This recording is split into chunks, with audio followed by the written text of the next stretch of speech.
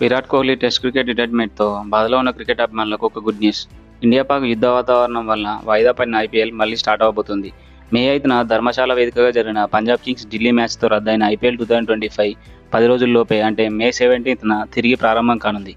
అయితే ఈ షెడ్యూల్లో హైదరాబాద్కి ఒక మ్యాచ్ కూడా లేదు. గత షెడ్యూల్లో హైదరాబాద్లో ఎలిమినేట్ మ్యాచ్లు జరిగేలా చేశారు. బట్ ఇప్పుడు కనీసం ఒక మ్యాచ్ కూడా ఉప్పల్లో జరిగే ఛాన్స్ లేదు. ప్లే ఆఫ్ మ్యాచ్లు దాదాపు అహ్మదాబాద్ స్టేడియంలోనే జరిగే ఛాన్స్ ఉంది. అయితే బీసీసీఐ ఈ విషయాన్ని అధికారికంగా ప్రకటించలేదు. ప్లే ఆఫ్స్కి ముందు వరకు జరిగే మ్యాచ్ల వేదికల్ని మాత్రమే ప్రకటించింది. ప్లే ఆఫ్స్కి ముందు లీగ్ మ్యాచ్లన్నీ 6 స్టేడియంలలోనే ప్లాన్ చేసింది. జైపూర్, ఢిల్లీ, లక్నో, ముంబై, బెంగళూరు, అహ్మదాబాద్లలో లీగ్ మ్యాచ్లు జరగనున్నాయి. హైదరాబాద్, చెన్నై వేదికగా జరగాల్సిన మ్యాచ్లను ఢిల్లీకి చేంజ్ చేశారు. మే 17న ఆర్సీబీ మరియు కేకేఆర్ మ్యాచ్తో టోర్నీ రీస్టార్ట్ అవనుంది. మే 29న క్వాలిఫైయర్ 1, 30న ఎలిమినేటర్, జూన్ 1న క్వాలిఫైయర్ 2, జూన్ 3న ఫైనల్ మ్యాచ్ జరగనుంది. వీటన్నిటికీ ఇంకా అఫీషియల్గా వేదికల్ని ఖరారు చేయలేదు. అయితే ప్రజెంట్ జీటీ పాయింట్స్ టేబుల్లో టాప్లో ఉండగా ఆర్సీబీ, పంజాబ్ కింగ్స్, ముంబై తర్వాత స్థానాల్లో ఉన్నాయి.